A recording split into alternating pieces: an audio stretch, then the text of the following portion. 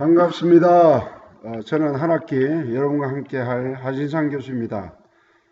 최근 한국에서 창궐하는 코로나 바이러스로 인해 여러분 직접 얼굴을 맞대고 수업하지 못하는 것이 실로 마음이 아프고 안타깝습니다. 그러나 저는 한 학기 동안 여러분의 학업 정진을 위해 제가 할 수 있는 한 최선을 다하여 여러분들을 섬기도록 하겠습니다. 원래 첫 시간은 강의 중심이 아니라 오리엔테이션 시간으로 한 학기 동안 진행될 수업 계획과 수업의 목적과 목표를 알리는 데 초점이 맞춰져 있습니다. 그래서 학생 여러분들은 한 학기 동안 배울 내용과 그리고 과학과 철학의 만남의 수업의 목적과 목표를 알고 어떻게 수업이 진행되는지를 여러분이 제대로 파악하는 것이 중요합니다. 이 과목의 수업의 목표를 보겠습니다. 첫 번째, 교양 과목으로 과학 전체 내용, 즉 정보과학, 생명과학, 천문학, 나노과학, 뇌신경과학 등을 개괄적으로 숙지하게 하며, 과학은 인간을 편리하게 하고 풍요롭게는 하지만 그러나 인간의 진위는 여러 가지 문제들, 예를 들어서 인간관계의 갈등이라든가 자아 정체성에 대한 문제라든가 고독과 외로움의 문제라든가 행복의 문제 등 그 인생의 어떤 진정한 삶의 목적과 의미, 이러한 것들은 과학이 가르쳐 주지 않습니다. 특별히 인간이 가지고 있는 가장 큰 문제라 할 수 있는 재와 사망의 문제에 대해서는 과학이 전혀 해결할 수가 없습니다. 특별히 재와 사망 이런 문제는 철학과 신약의 영역이 이것을 잘 다루고 있습니다. 이 수업의 목표는 학생들이 과학의 일반 교양 지식을 갖추게 하는 것도 목적이지만 궁극적으로 인간이 안고 있는 근본적인 문제를 해결하는 철학과 신학의 관계를 잘 알게 하여 여러분들이 균형 있는 학문과 지식과 인격을 갖추게 하는 데 있습니다.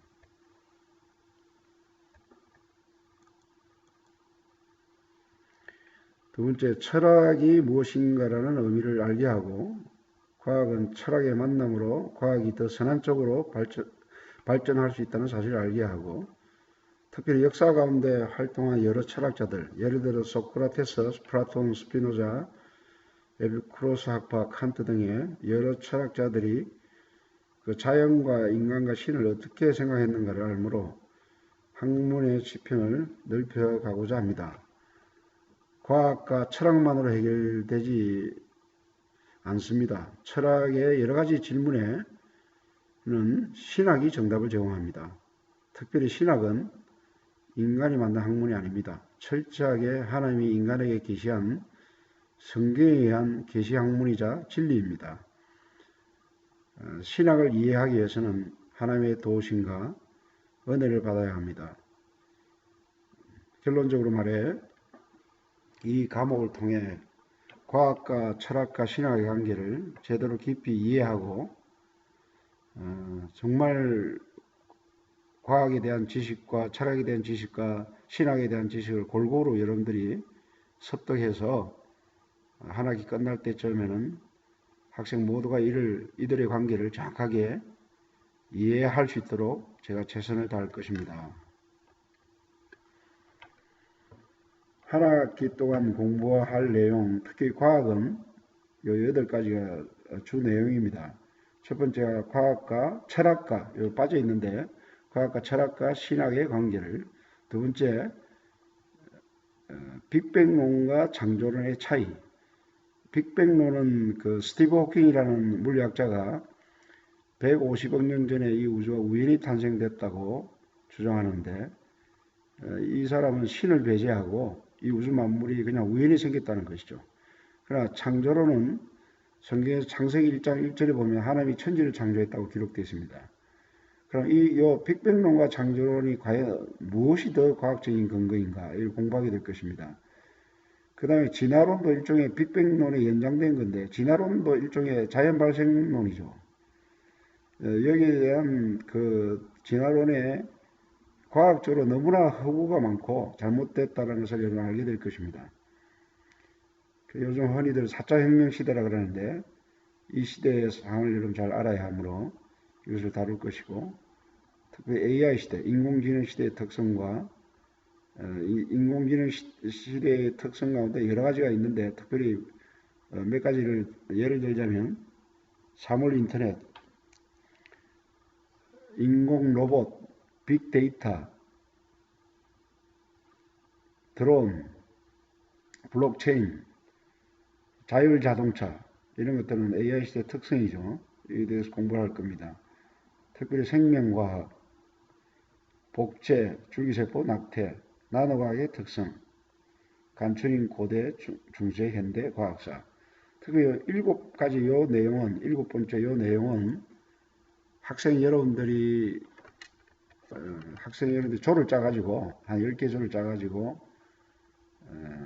한 대여섯 명이 같이 미리 자료를 주고받으면서 준비해가지고 발표를 하면, 그 발표 내용에 대해서 제가 평가를 하고 또 피드백도 하고, 그 발표에 대해서 여러분들이 함께 토론하는 그런 방향으로 진행할 것입니다. 철학에 대해서는 고대, 중세, 현대 유명한 철학자, 이 전체를 다룰 수가 없어요, 시간상으로.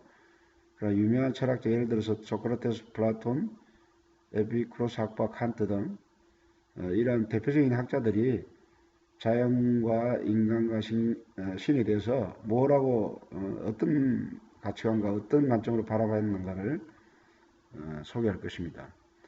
신학에서는 특별히 이 과목, 저는 여러분 교수를 떠나서 여러분들이 만약에 내 아들, 자식이라 그러면 특별히 이 부분에 대해서 여러분들을 알게 하고 싶은 것이 부모 같은 제 마음입니다. 하나님을 믿지 않는 사람은 이 내용이 상당히 생소하고 듣기 어려울지 모르겠지만, 그러나 여러분들이 듣고 이걸 믿음으로 받아들이면 인생에서 가장 보물과 같은 가장 귀한 그런 진리를 습득하게 되고, 인생의 진정한 목적과 삶의 의미를 알게 되고, 심지어 사후세계가 어떠한지를 이 말씀을 통해서 여러분 알게 될 것입니다. 여기 여섯 가지를 적어놨는데 이 외에도 진리에 관계된 중요한 진리를 시간 나는 대로 최선을 다해서 제가 준비하고, 특별히 이 내용은 1시간은 주로 이제 과학과 철학에 대해서 제가 강의를 하고, 두 번째 시간에 여러분들이 발표를 하면서 남는 시간에 요 신학에 대한 주제를 제가 철저하게 많이 이렇게 소개를 하겠습니다.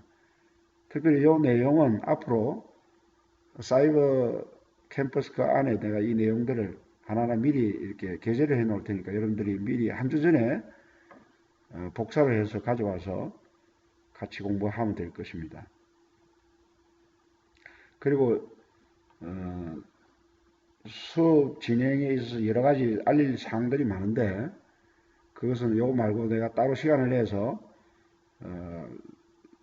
사이버 캠퍼스에서 제가 공지사항이라 해가지고 따로 이제 올려드리도록 하겠습니다.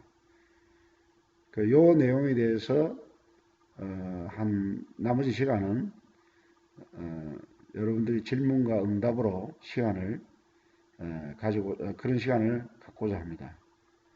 다음 두 번째 시간은 특별히 이제 과학과 철학과 신학에 대한 그 관계에 대해서 개괄적으로 제가 설명을 하고, 원래 이제 그 첫 주는 강의를 중심적으로 하는 것이 아니라 아까도 얘기했지만 수업의 전체 진행 방향과 여러분들이 숙제해야 될 그런 내용으로 첫 시간을 마치니까 그렇게 하시고 진행하도록 하겠습니다. 감사합니다.